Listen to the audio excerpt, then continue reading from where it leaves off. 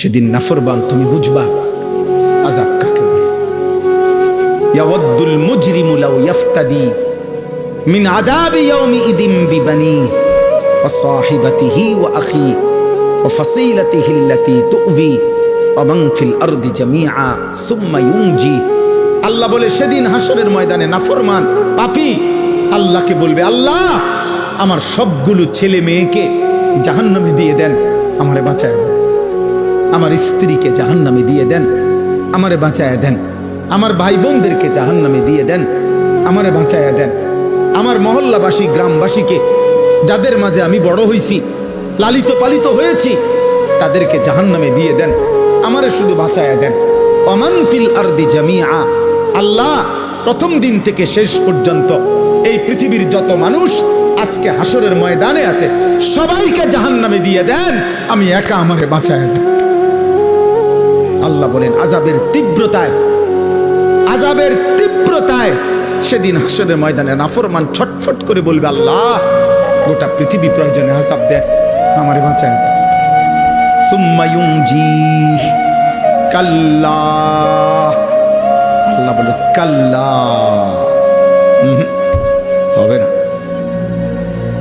হবে না নাফরমান। আজ আমি কারো পাপের বোঝা অন্য কারো উপরে চাপাবো না। ইন্নাহা লাযা, আর জাহান্নামের লেলিহান আগুনের শিখা, ধাউ ধাউ প্রজ্বলিত এই আগুনে তোমাকেই ফেলা হবে।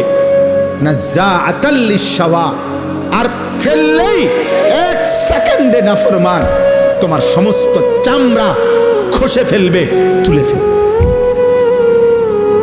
চামড়া খসে ফেলবে। আল্লাহ আমাকে মাফ করে দেন। এই জন্য বাপ, ছেলেরা, বয়স্ক বাপ, কাউরে আল্লাহ লম্বা হায়াত দিছেন, আপনি ধোকা খাইছেন অনেক দিন হায়াত পাইয়া। কাউরে আল্লাহ জওয়ানি দিছে, তুমি যৌবন পাইয়া মনে করছো আল্লাহ কিসের, আবার ইবাদত কিসের, আখিরাত কিসের। অথচ এক অনিবার্য বাস্তবতা, সেটা হলো মৃত্যু 24 ঘন্টা আমাদের সাথেই থাকে। মৃত্যু আমাদের কাছে না দূরে? 24 ঘন্টা।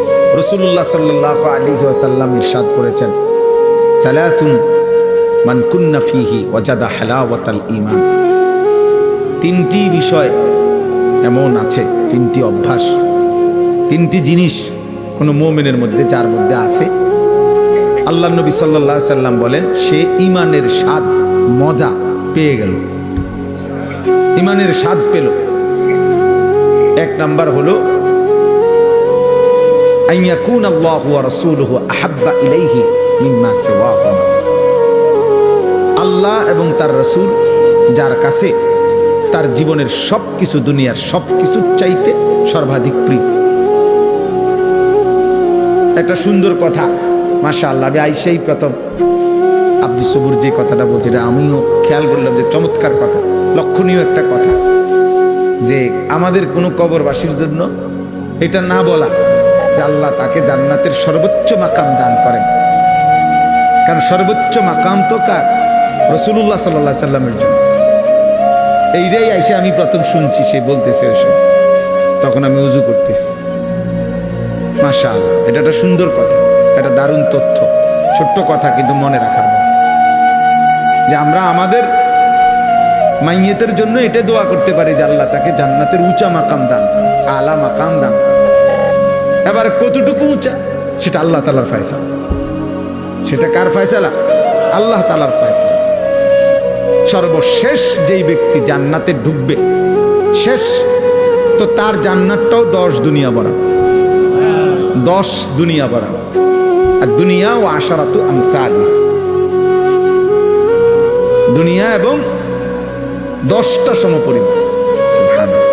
তাইলে বললাম আল্লাহ এবং তার রাসূল যার কাছে সবচেয়ে প্রিয়, এই হলো এক নাম্বার।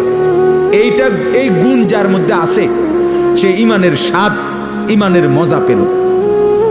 2 নাম্বার, ওয়া আন ইউহিব্বাল মারউ লা ইউহিব্বুহু ইল্লা লিল্লাহ। এই যে কোনো মানুষকে ভালোবাসলো শুধুই কেবল আল্লাহর জন্য, আল্লাহ নবী সাল্লাল্লাহু আলাইহি সাল্লাম বলেন এই ব্যক্তিও ঈমানের স্বাদ মজা পেয়ে গেল। ভালোবাসলো কার জন্য বলেন? আল্লাহ। এই কথাটাই বলতেছে। আর 3 নাম্বার হলো যে ব্যক্তি ঈমান গ্রহণ করার পর, মুসলমান থাকার পরে কুফরিতে লিপ্ত হওয়া, আল্লাহর নাফরমানিতে লিপ্ত হওয়াকে এমন অপছন্দ করে যেমন কোন মানুষ আগুনে নিক্ষিপ্ত হওয়াকে অপছন্দ করে। وأن يكره أن يعود إلى الكفر كما يكره أن يقذف في النار। একজন মুমিন সত্যিকার ঈমানদার আল্লাহ তাআলার কোন নাফরমানি করাটাকে এমন অপছন্দ করে যেমন অপছন্দ করে আগুনে নিক্ষিপ্ত হওয়াকে। আল্লাহ নবী সাল্লাল্লাহু আলাইহি সাল্লাম বলেন ওই ব্যক্তি ঈমানের স্বাদ পেল, ঈমানের মজা পেল। অর্থাৎ তার কাছে তখন মুসলিম পরিচয়টা, কালেমার পরিচয়টা, এটার কাছে তখন তার কাছে লজ্জাজনক, বিরক্তিকর, অপমানকর মনে হয় না, বরং তার কাছে গর্বের মনে হয়, আনন্দের মনে হয়, মজাদার মনে হয়। আমরা অনেক মুসলমান আছি, তোমরা কিশোর যুবক অনেক ছেলে আছো, তোমরা বাস্তবিক অর্থে এটাই সত্য যে তোমাদের দিল যদি খোলা হয়, তোমাদের অন্তর যদি সিরা হয়, পরীক্ষা করা হয়, অসংখ্য ছেলে তোমাদের চুল, চেহারা এবং তোমাদের সারা দিনের চলাফেরার দ্বারা, প্রতিদিন তোমাদের যেভাবে কাটাও, এর দ্বারা বুঝাই যায় তুমি মূলত মুসলিম পরিচয়ে লজ্জিত। মূলত তুমি লজ্জিত, মূলত তোমার চলাফেরার দ্বারা তুমি বারবার এটাই বুঝাইতে চাও যে আমি যদি বেঈমান হইতাম কত না সুন্দর হইতাম, আহা আমি যদি ইহুদি হইতাম তাইলে আর আমি এত রাগডাক করতে হইতো না। ইহুদি, খ্রিস্টান, বেঈমান যদি হইতাম তো পুরাপুরি তাদের মতো নিজেকে বানায় নিতে পারতো, পারি না। মানুষে এটা এটা কয় তো চেষ্টা করি চুল, চেহারা, লেবাস, পোশাকে দুশ্মনের সাথে, বেঈমানের সাথে সাদৃশ্য ধরতে মানুষের বিদ্রুপের পরেও, কিন্তু যদি প্রকৃত বেঈমান হইতাম তাহলে তো পুরাপুরি তাদের মতো সাজতে পারতাম। এটা মূলত বেগায়রত, আত্মমর্যাদাহীন মানুষের পরিচয়, যার নিজস্ব আত্মসম্মান নাই, আত্মমর্যাদা যার নাই, এটা মনে রাখতে হবে সবাই। যার আত্মমর্যাদা না, বেগায়রত মানুষ, আত্মসম্মান নেই, যার নিজস্ব কোনো স্বকীয়তা নাই, স্বকীয়তা, ইস্তেকামাত নাই, দৃঢ়তা নাই, এটা এই মানুষদের পরিচয়। নাই তো বলো ভাই কি কারণ থাকতে পারে?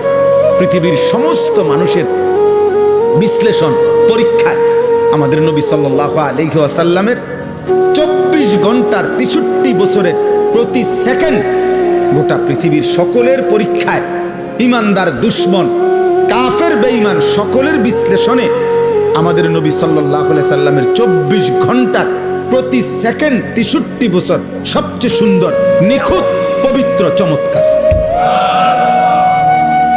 যার হাসি, কান্না, আনন্দ, বেদনা, উচ্ছ্বাস, হাঁটা, চলা, পেশাব, পায়খানা, আহার, নিদ্রা, চুল, চেহারা, লেবাস, পোশাক, ঘর, সংসার, পরিবার, সকল ব্যাপারে যার সবকিছুই সুন্দর, সবকিছুই যৌক্তিক, সবকিছুই বাস্তবসম্মত, তাহলে এটা নিশ্চিত প্রমাণিত, এটা একটা একদম প্রমাণিত কথা, আমাদের কাছেও প্রমাণিত।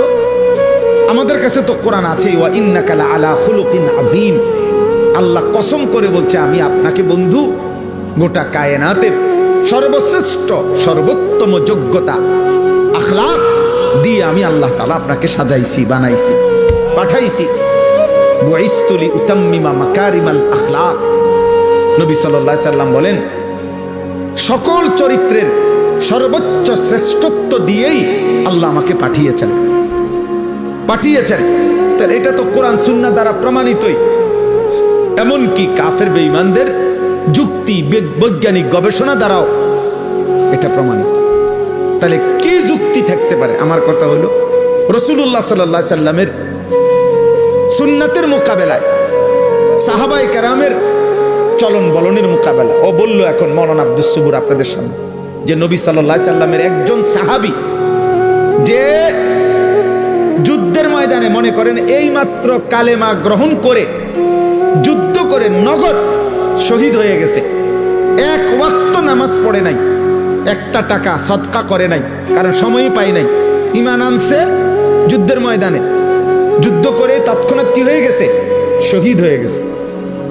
উলামায়ে কেরাম মুহাদ্দিসিনে কেরাম বলছেন ওই সাহাবীর ঘোড়ার, যে ঘোড়া দিয়ে যুদ্ধ করছে, ওই ঘোড়ার নাকের ছিদ্রে যে বালু ঢুকছে, বালুর একটা কণা কিয়ামত পর্যন্ত পৃথিবীর পরবর্তী সমস্ত আউলিয়া বুজুর্গ আল্লাহর নেক বান্দাদের সকলের চাইতে ওই বালুর দাম শ্রেষ্ঠ।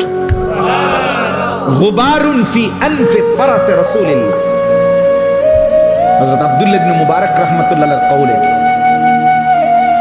রাসূলুল্লাহ সাল্লাল্লাহু আলাইহি সাল্লামের এক সাহাবীর ঘোড়ার নাকের ছিদ্রে যে বালু ঢুকছে ওটার দাম বেশি, ওটার দাম বেশি। এবারে তিনি পরবর্তী জন আব্দুল কাদের জিলানী রাহমাতুল্লাহ আলাইহি হোক, আর বাইজিদ বুস্তামি হোক, আর জুনায়েদ বাগদাদি হোক, আর এক কোটি আব্দুল কাদের জিলানী হোক, ওই বালুর দাম বেশি। কিসের দাম বেশি? কারণ এটা সাহাবী, সাহাবী। তাইলে এত উত্তম, এত শ্রেষ্ঠতম মানুষ যারা, ওয়াকুল্লাম ওয়াদাল্লাহুল হুসনা, আল্লাহ কোরআনে বলছে বন্ধু আপনার প্রত্যেকটা সাহাবীর জন্য আমি আল্লাহ জান্নাতের ওয়াদা দিলাম, জান্নাতের ওয়াদা দিয়ে দিলাম। যারা জান্নাতি, যারা জমিন থেকে জান্নাতের ওয়াদা পেয়ে গেছেন, এমন শ্রেষ্ঠতম পবিত্র মানুষ, উনাদের চলন বলন, উনাদের আখলাক চরিত্র, চুল, চেহারা, লেবাস, পোশাক যার পছন্দ হয় না, তাহলে কি কারণ থাকতে পারে? কারণ একটাই, মূলত